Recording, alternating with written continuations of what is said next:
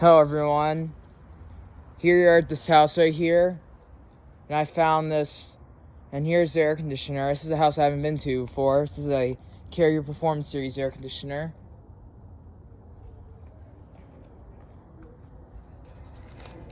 It's got a Gentech fan motor. Let's see. It's got a sound blanket.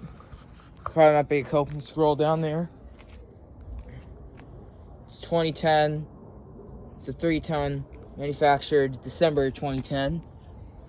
It's R410 air refrigerant. It's got a Parker liquid line filter dryer.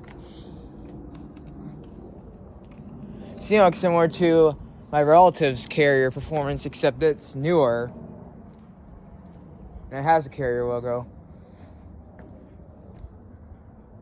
But yeah. Get a shot at it. It's also got a Wadsworth disconnect box over there. So yeah, thank you for watching. Over and out.